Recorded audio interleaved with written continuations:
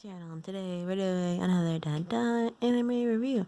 And today we're doing the anime review on the first season of Selector. The sequel to this was called Selector Spread, which is previously on, I've recorded before on my channel, so you can go back and look at that video. Also, there's a side story called Selector Infected Weiss Monoro-san to Time. And there's an alternative, alternative side story, like third season-ish, called Last Store in Insight Wix. So let's get started. Basically, you think of this as like a Yu-Gi-Oh card game, Bakugan card game. Not, well, Digimon had a card game, but not really. It's more like the little devices in Digimon, basically. But this kind of gives you the feel for it. Based about this ordinary god card, Riku Kimura. When you see the deck of cards from the popular game called Selector. It's kind of like Yu-Gi-Oh. And this is Kimura Riku. And she sees this girl trapped in these cards, if you can see them holding right there. Let me try to find better pictures. There we go. That's kind of better. You see it, the cute little girl. This cute little girl, cute little Tama, who is trapped inside of this card called their LRIG, or it's basically an avatar card. So kind of like, Yu-Gi-Oh and Pokemon. He put the Pokemon card game, not the actual show Pokemon. And basically, she discovers she's become a selector. Kind of like in the title, where you play this version of the actual card game, like a battle arena. And it bow each other for their deepest, darkest desires, and their wishes come true. But however, there is a catch. Like in any card game, there's always have to be a catch. And sadly for this one, you know how in Yu-Gi-Oh, if you play with a dark person who does dark magic and you lose, your soul goes like to the darkest graveyard or whatever, or in the villain Yu-Gi-Oh, if you lose, you're trapped in the card. Well, it's kind of the same scenario in this game, but different. The thing is, if you win, you be able to grant your wish. But if you lose, well, you suffer a very cruel fate. And if you lose 3 times, your lives will be ruined forever.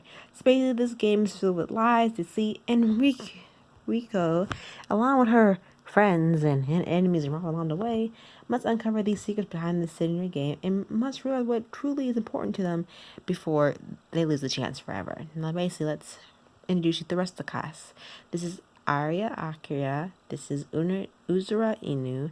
This is Kizune Yukaza, Una Hibe, and I'm missing another person. I'm trying to think of her name, but she'll come later, because I can't think of her name right now.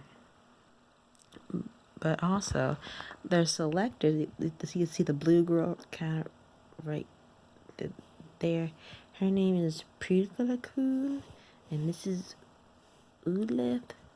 Sorry, guys. And that one is named Elidor, if I'm saying these right. So basically, it has 12 episodes. It's very short, so you can get through it in like literally one sitting.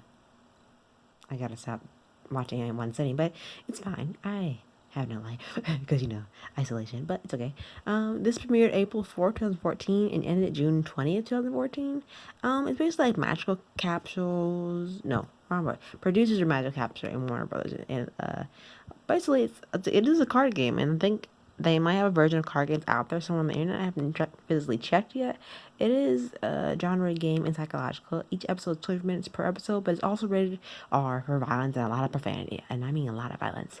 And what's so bad about this card game, you think? Well, witches combined with a card game that more than meets the eye. I mean, it sounds good, but if you lose 3 times, is it really worth, suffering a cruel fate from this and your lives being ruined forever and those around you? Kinda. But the whole storyline, wishes, desires, they had a very dark setting, and that's where I can see the psychological parts would come into play, basically. And with these two, it did quite a compelling job telling an amazing story. It did an excellent job story-wise for character development and plot development, and I was literally on the edge of my seat for each episode in its entirety.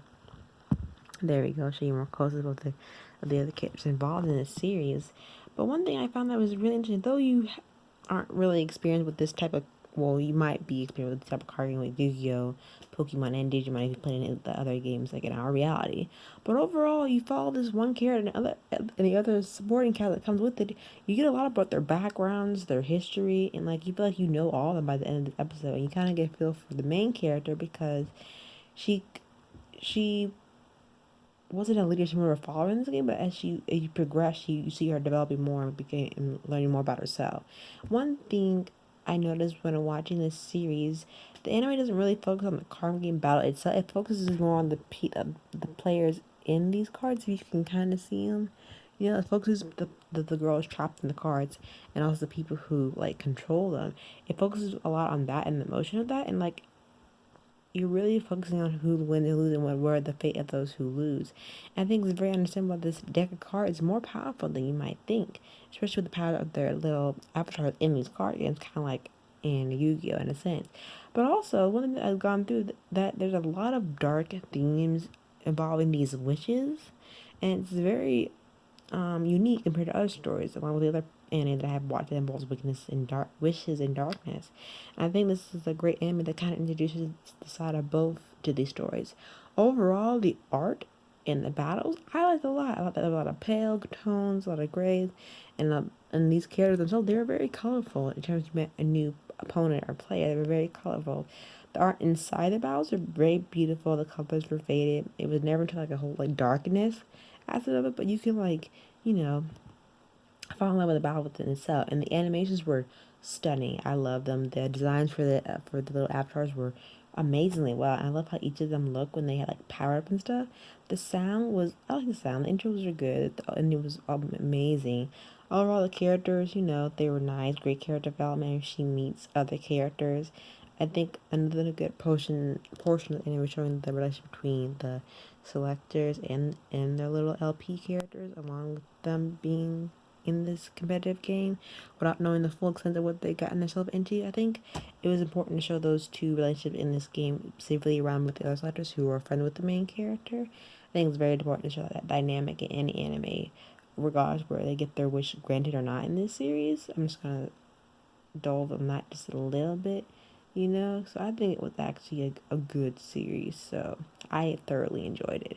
It's also you also get attached to some of the side characters as well, so you will get attached to them, which is really good because normally you can kind of like you either push side characters to the background, or you kind of like someone forget them, or you can kind of like I remember the names, can't think of it, you know. But like you realize as you go through all these side characters that there's some people you're like, I don't care for, and there's a lot of tension and drama that keep you focused to the very end. I think you will enjoy every character to the fullest. I certainly did. But keeping that in mind, besides this being like all these cute girls, this card game is more sinister than it appears. It's more gives me more vibe of Aqua Riddle, and then it kind of gives you more of like Yu-Gi-Oh and Yu-Gi-Oh! Bubblegum really were card based in the series that I remember watching as a kid. Kind of half my age right there. But I never thought the series would go as dark as it did. But when it did, I wasn't. I mean, I was surprised. But like, this is a whole new level how they handled a card based battle in this anime, without just basically from the original source material, it's actually based on an actual card game itself. And I was actually impressed. It kind of reminds me of the other card game that I played in middle school called Magic in a sense.